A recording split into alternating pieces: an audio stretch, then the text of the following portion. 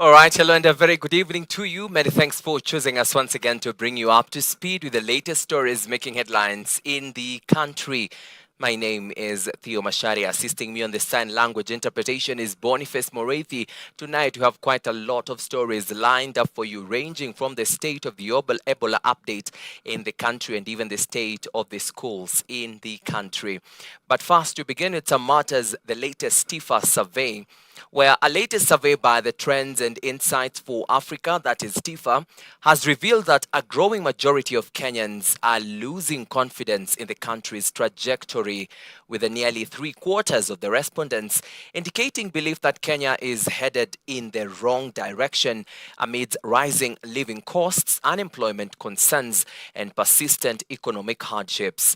The findings, released on Thursday, June 4th, highlights a nation increasingly frustrated by economic pressures and dissatisfied with the state of governance. Now, the survey conducted between May 2nd and May 11th, 2026, among 2,013 respondents across all the 47 counties, shows that 74% of Kenyans believe the country is headed in the wrong direction, compared to only 14% of Kenyans who think Kenya is moving in the right direction. The strongest negative sentiment was recorded in Mount Kenya, where 89% said the country was on the wrong track, followed by Lower Eastern at 85%, 78% in Western Kenya, 76% in the capital city of Nairobi, 73% in Nyanza, and 65% at the coast. Economic hardships emerged as the key driver of public frustration. The poll found that 64% of Kenyans say their personal or family economic situation has worsened since the 2022 general election, which only 19% reports an improvement.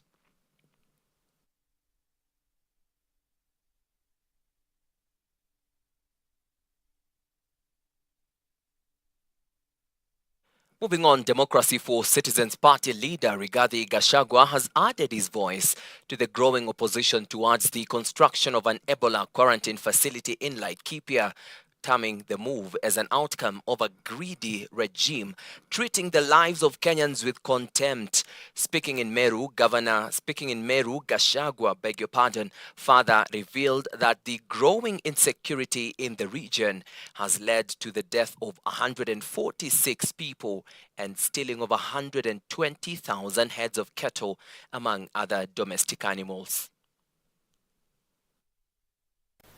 We reject in total as a people from Meru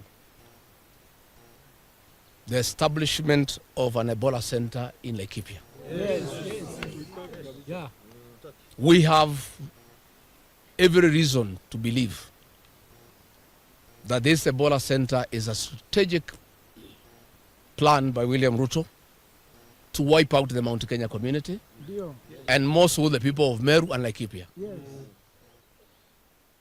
The people of America, the American government has said that their own citizens should not be taken to their home because of the danger and the risk of that virus spreading and affecting a huge population.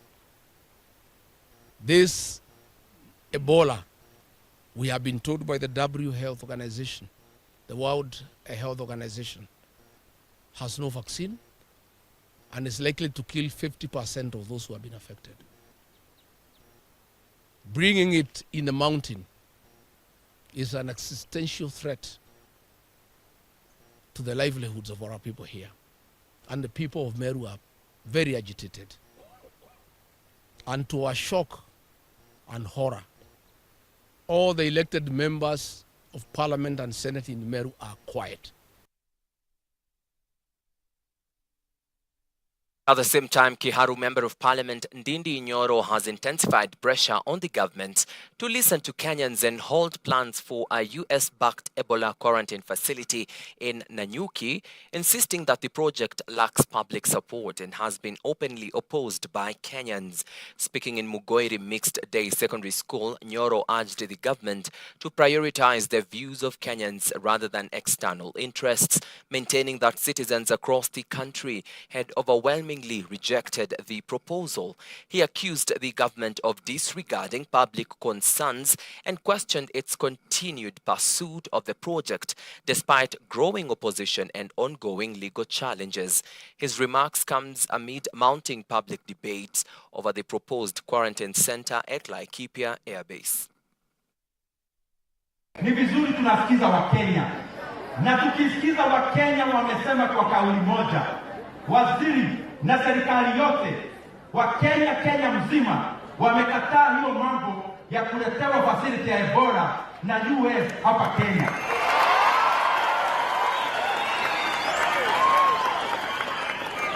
Na kama hiyo jambo mnafanya because mnasema vitu kwa TV, dress very well in suits, kama vile vitu mnasema you mean them, nyinyi wakubwa wa serikali, wacha tuwaone JKIA mukilaki hao watu wa Ebola, nyinyi mukiwalaki vile mnalaki watu wa tourism.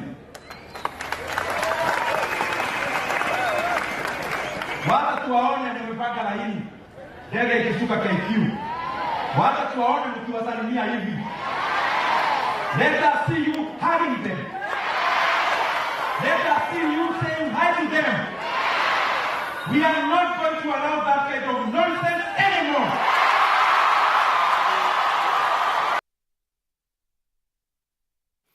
And still on that Ebola front, Nanyuki residents have castigated Health CS Aiden Duale over his persistence in building an Ebola quarantine center in Laikipia, particularly expressing their disappointment over Duale's recent remarks that the government does not need to consider public views on the matter, saying that this is open defiance to the Constitution. The said residents have insisted that they will go on with protests to compel the government to abandon the agreement. We will wish to remind the CS Health Duale that the Constitution is the grand norm and supreme law of this country. No act or statute supersedes the Constitution. The averments that public participation is unnecessary are misconceived, and they do not hold any basis in law here in our country. We also have information that there is massive ongoing construction at Laikipia Air Base, and we are in the process of filing a contempt of court application. However, we do not have evidence. In light of that, we do call upon the community and the society at large to furnish us with credible, tangible, videographic and photographic evidence, which we will annex in our application. It is not rocket science. They have people who are trained in communicable and uncommunicable diseases and surveillance and preparedness. But now they are bringing this disaster, wanatuletea kwa nini? Sisi tuna uchungu mwingi, tumekasirika na viongozi wetu wachukue jukumu ile walichaguliwa kufanya. The US government issued an advisory on travel to Kenya, like telling their members and countrymates not to travel to Kenya and to be aware about that. So that really implicates matters tourism. You'll find that in the globe right now, everybody will be afraid to travel to Laikipia County, if not Kenya at large. And we know one of the biggest income resources to Laikipia County is tourism. We want to ask the Cabinet Secretary, because this facility is for American citizens, it does not specify that they come from DRC. What about the Americans who get this disease in the United States? Will they be shipped to Nanyuki because they've said they do not want it there? And who are we to think that we are going to accept all Ebola patients, whether American or otherwise? We want to tell the Americans, I know Kenyans are fearless, I know Kenyans fear nothing, but Ebola is where we draw the line. All right, we're due for our fast short commercial break right here on Hope TV's Newswatch. Let's take that break. Coming up on the other side, I'll be updating you about the recovery of a 65.3 million shillings in cash from a Nairobi official's house. Stay tuned for that and many other more stories on the other side. Hi, my name is Sharon Aitore Wangenya. Thank you so much for being one of our viewers. We truly honor you and appreciate you. We'd love to know how you're receiving us, how your reception is in terms of the quality of the video and the audio as well. So please scan this QR code and give us your feedback. Thank you and God bless you.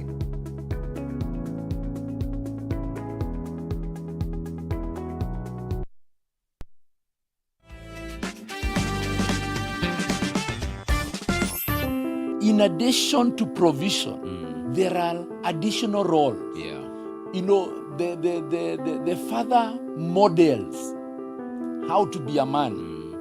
I will give you an example. There is a time I traveled and my son was very young. And my wife tells me that my son would always go to check after they have done devotion. Yes. He would always go to check if the doors have been closed before they go to sleep. Yes, yes.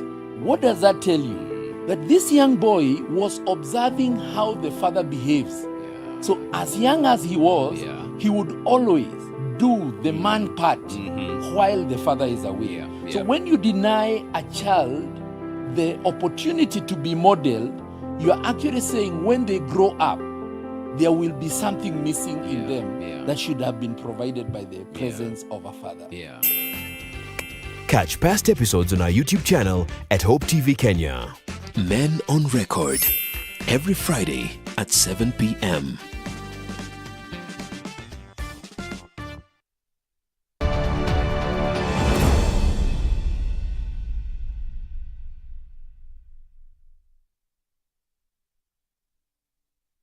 All right, welcome back and let's continue updating you.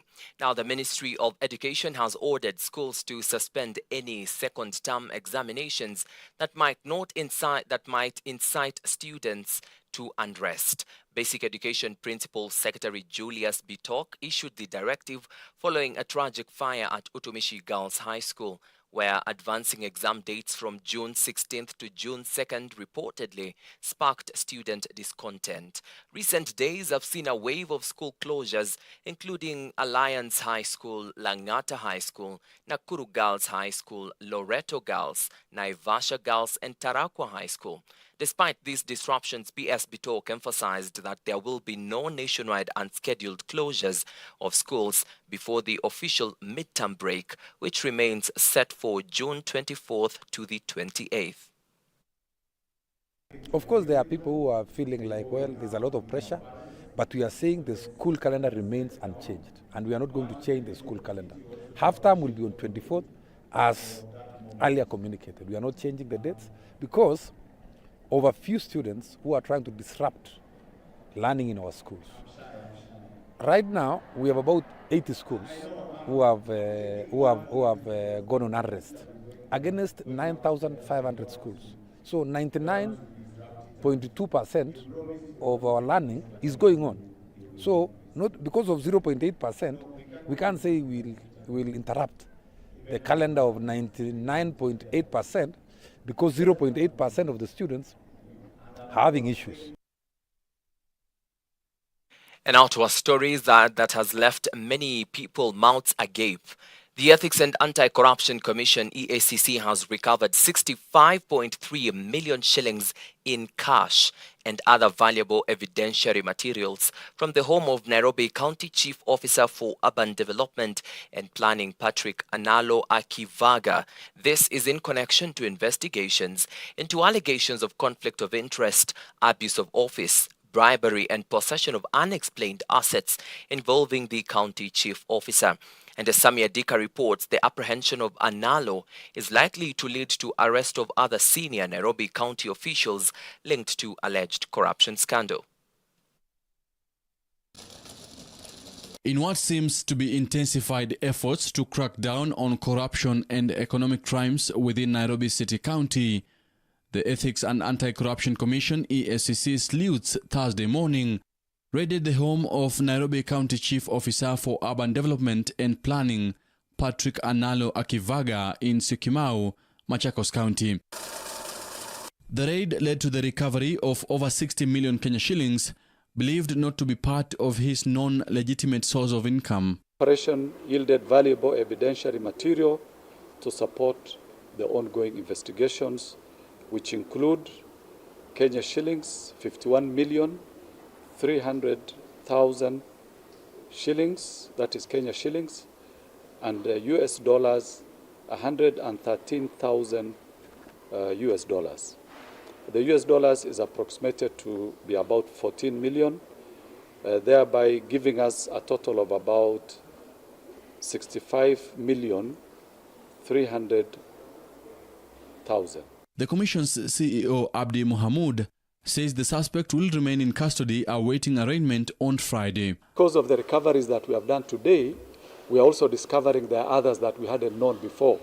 So by the time we are able to analyze the documents that we have recovered, we will be able to, say this is what we know, this is what we had known before, this is the information we have gotten today, and this is the value of the assets that we think this person owns. According to EACC, Analo's arrest will lead to the apprehension of other Nairobi City County top officials suspected to be involved in the alleged corruption circle. It's at a very, very early stage.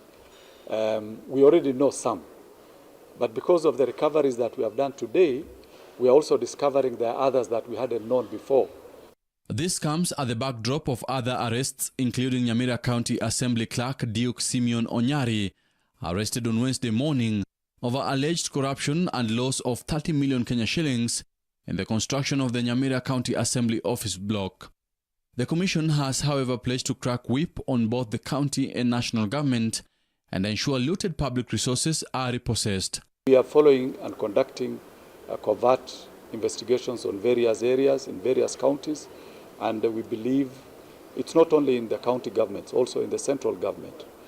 The people who have access to cash or to money, those people who are basically corrupt, are holding and keeping a lot of money. For Newswatch, I'm Sami Adika. And Kenya and South Africa have signed 6 memoranda of understanding aimed at deepening trade, maritime connectivity, skills development and cultural cooperation. The 6 pacts signed in Pretoria at the start of President William Ruto's state visit to South Africa covers trade facilitation, maritime cooperation, gender equality and women empowerment, technical and vocational education and training TVET, arts and culture, and sports and recreation. Vincent Kerosi has more on this story. Accompanied by Mama Rachel, President William Ruto arrived in Pretoria on Thursday morning. His host, President Cyril Ramaphosa, according him all the accompanying military respects. Right afterwards, the leaders entered into a bilateral engagement in the union buildings. This visit builds on my state visit to Kenya in November in 2022, where you so warmly welcomed me and my delegation.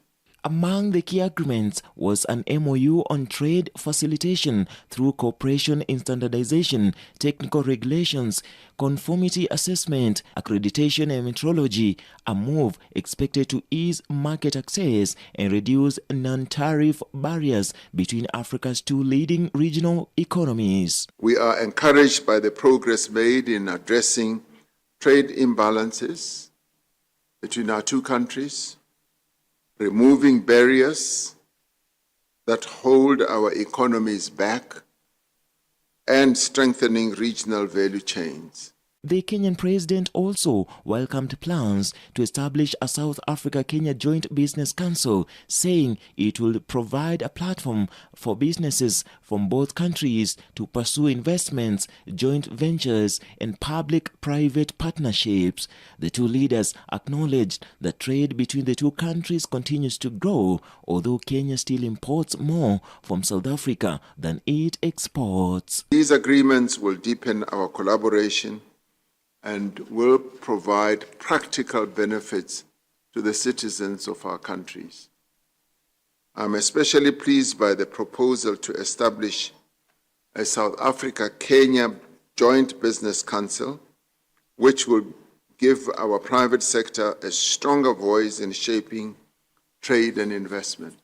There are more Kenyans traveling to South Africa and spending our money in South Africa than there are South Africans coming to Kenya. But the positive side is that in the process, there are more South African companies investing in Kenya and working with us through private-public partnerships and business and enterprise. Ramaphosa praised Kenya's role in advancing African Union reforms, while Ruto commended South Africa's G20 presidency and its efforts to champion Africa priorities in global stage. The signing of the 6 agreements comes as Kenya and South Africa seek to position themselves as key drivers of continental integration, leveraging their status as economic powerhouses in East Africa and Southern Africa. Vincent Kerosi, Hope TV, Nairobi.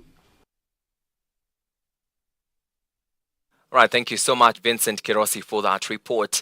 In other news, the government, through the National Fund for the Disabled of Kenya, NFDK, has donated equipment and cash grants amounting to 20 million shillings to people living with disability and institutions for persons with disability in the Eastern region.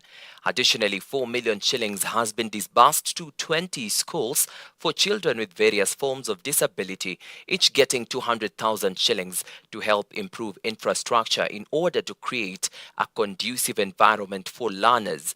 And as Alice Diana reports, parents having children with disabilities have been urged not to hide them at home and instead assist in restoring hope in them by enrolling them in institutions that are charged with taking care of them.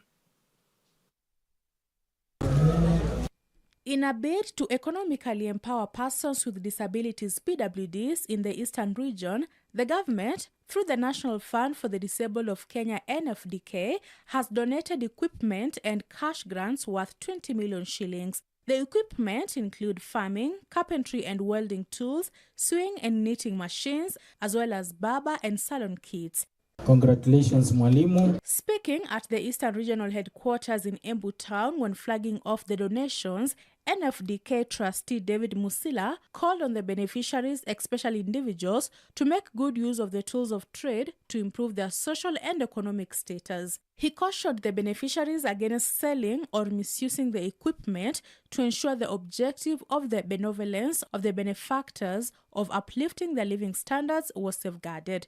Sisi katika National Fund sasa tumekuwa ya kutosha kujengea mashule ambayo ina walemavu, kuwajengea manyumba kama ni dormitories, kitchens, vitu vyovyote ambavyo vinaweza gharimu shilingi milioni 3 kwa kila shule. Na kwa hivyo tumetangaza kwamba wale ambao wanataka kuomba waombe ili tufikirie. While hailing the initiative, Eastern Regional Commissioner Jacob Ouma called on parents having children with disabilities not to hide them at home and instead assist in restoring hope in them by enrolling them in institutions that take care of such cases. The RC also cautioned protesters to exercise their constitutional right to demonstrate in a manner that does not disrupt or destroy other people's businesses, noting that whenever protests turn chaotic, those who bear the biggest brunt are the disabled due to structural, physical and financial vulnerability. Tunapokuwa na maandamano ambayo yanalenga kuvuruga na kusababisha wasiwasi na kuleta haruki, kufunga barabara, kuchoma barabara, kuvunja mali ya watu, na kuchafua amani, bila shaka inamaanisha kwamba walemavu wanakuwa katika hali ambayo ni nzito na inaofanya waweze kukosa kipato chao kama wanavyokosa pia wale wananchi wengine. On their part, the beneficiaries expressed joy for the initiative that was set to put them at par with their able-bodied counterparts. Leo nimesaidika na kifaa cha welding.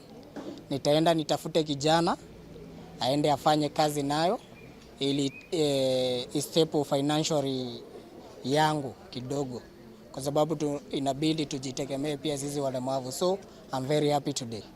Nimepewa wheelbarrow, kapewa pombo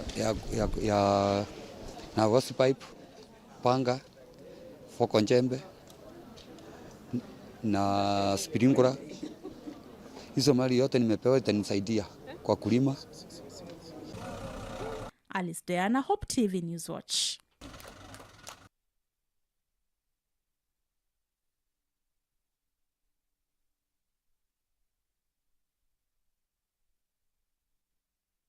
And the Kenya Institute of Supplies Management is urging all counties to fully implement the Electronic Government Procurement EGP system as a vital measure to combat corruption.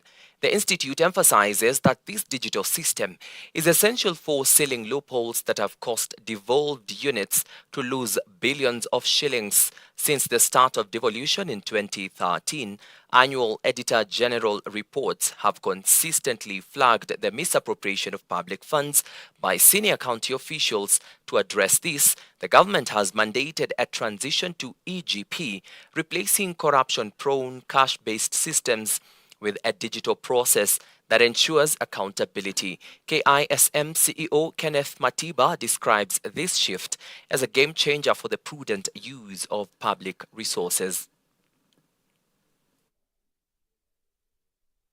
We are adopting a solution-centric approach. We are not here to blame the county governments.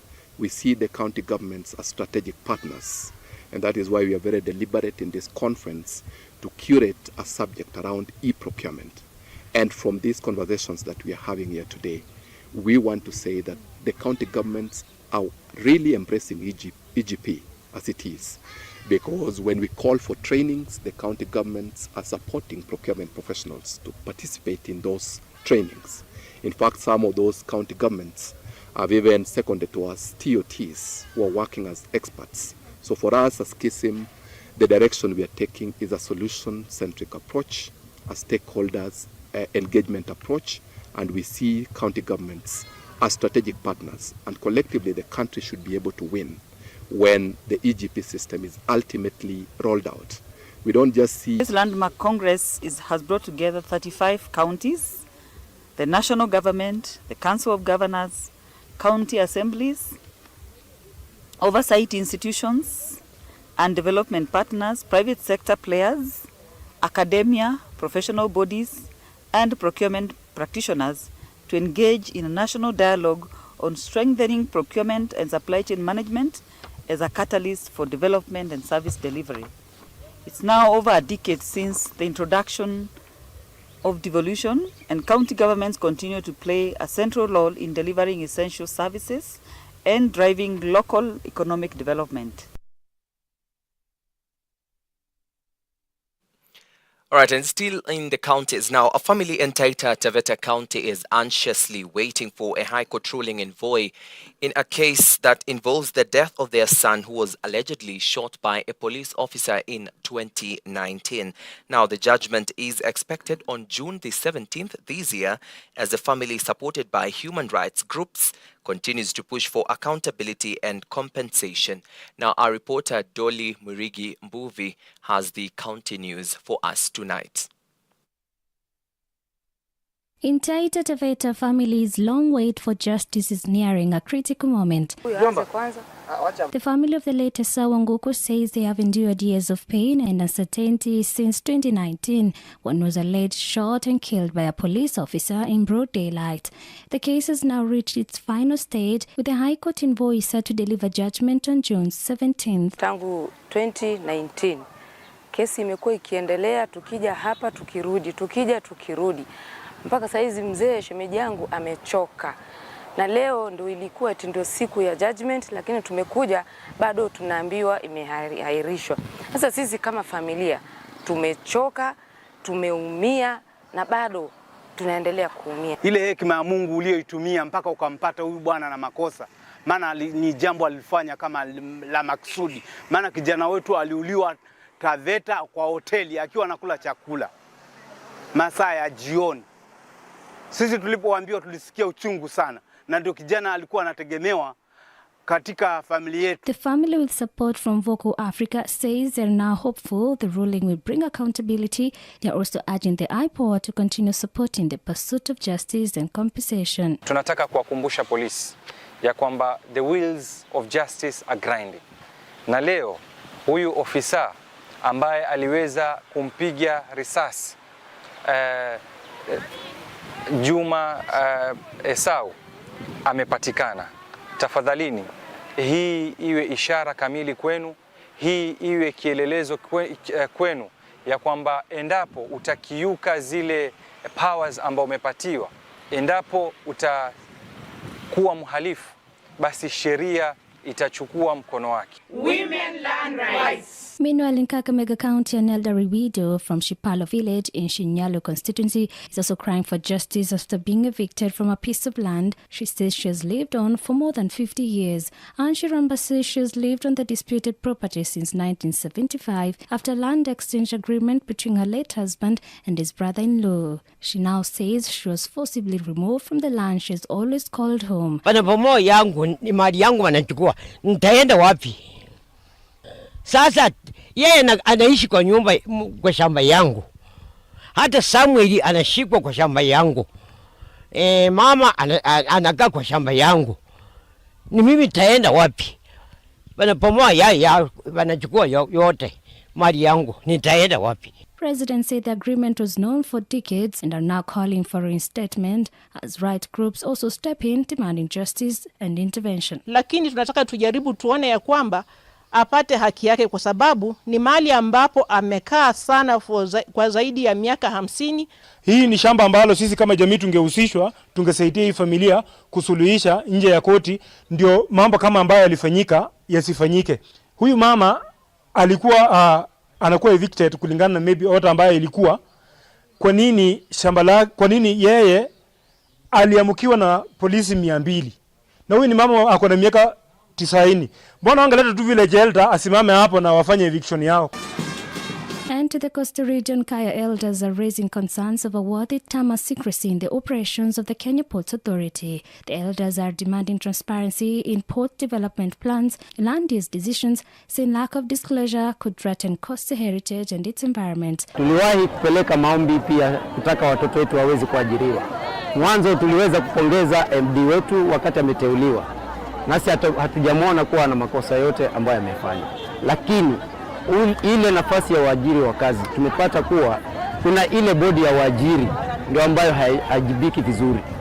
Ile bodi ya waajiri ndio tunatoa onyo, tunataka mambo yawe yatakuwa uwazi. Tunataka ushirikiano wa wananchi, hasa sisi wazee wa kaya hatukuweza kuhusishwa kivizuri. Basi kule kutohusishwa si maneno, lakini tunataka ugavi wa ile kazi iende sawa. KPA, however, maintains its operations comply with the law, but is yet to issue a detailed response to the concerns. Toli Mirikimbovi for Hope TV.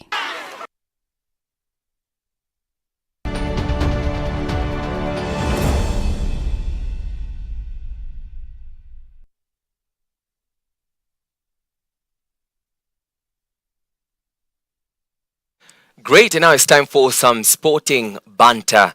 And Kenyan football giants Gor Mahia FC today presented their 2025-2026 FKF Premier League trophy to the National Treasury during a courtesy visit to Cabinet Secretary John Mbadi. Now, the visit came days after Kogalo secured a record extending 22nd league title, further cementing their status as the most successful club in Kenyan football history. The champions used the occasion to celebrate their achievement and discuss plans for the upcoming CAF Champions League campaign. Caleb Mwoti attended the event and filed the following report.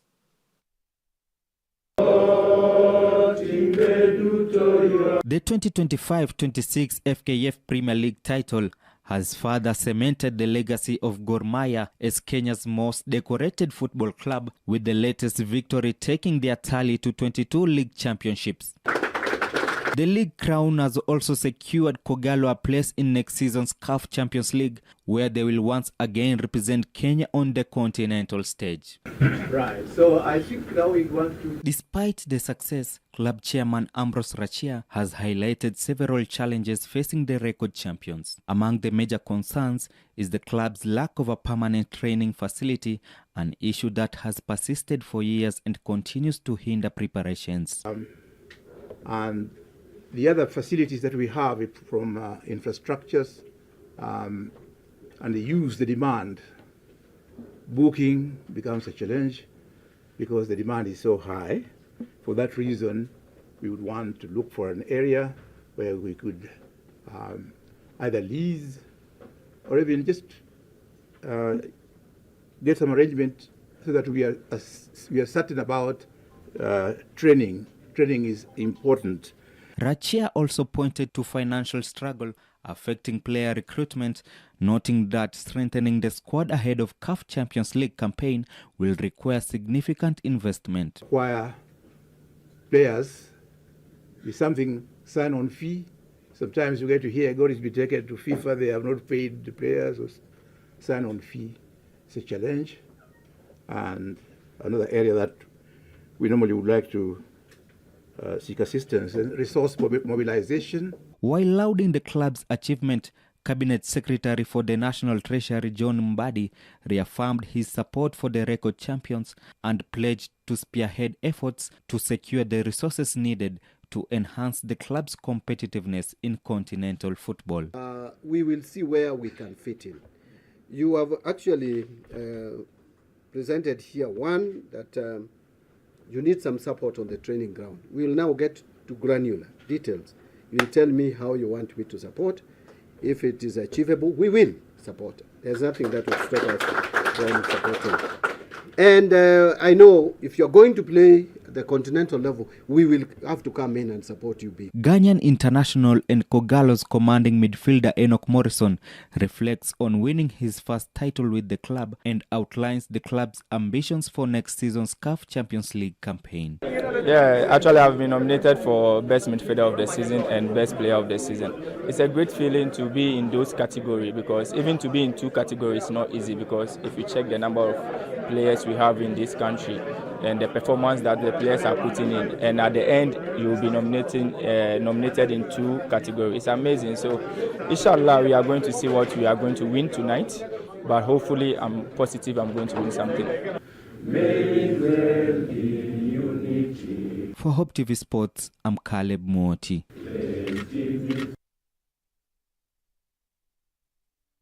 All right, and with Caleb Mwoti, it's a wrap for us right here on Hope TV's Newswatch. Many thanks for your valid company for the last 40 minutes or so. My name is Theo Macharia. On the Sign Language Interpretation Desk was Boniface Morethi. We say asante sana for choosing Hope TV to bring you up to speed with the latest stories making headlines in the world of news tonight. Remember, as you take or go to sleep, there is nothing that is too hard for the Lord. Good night. God bless. See you again next week, same time, same place.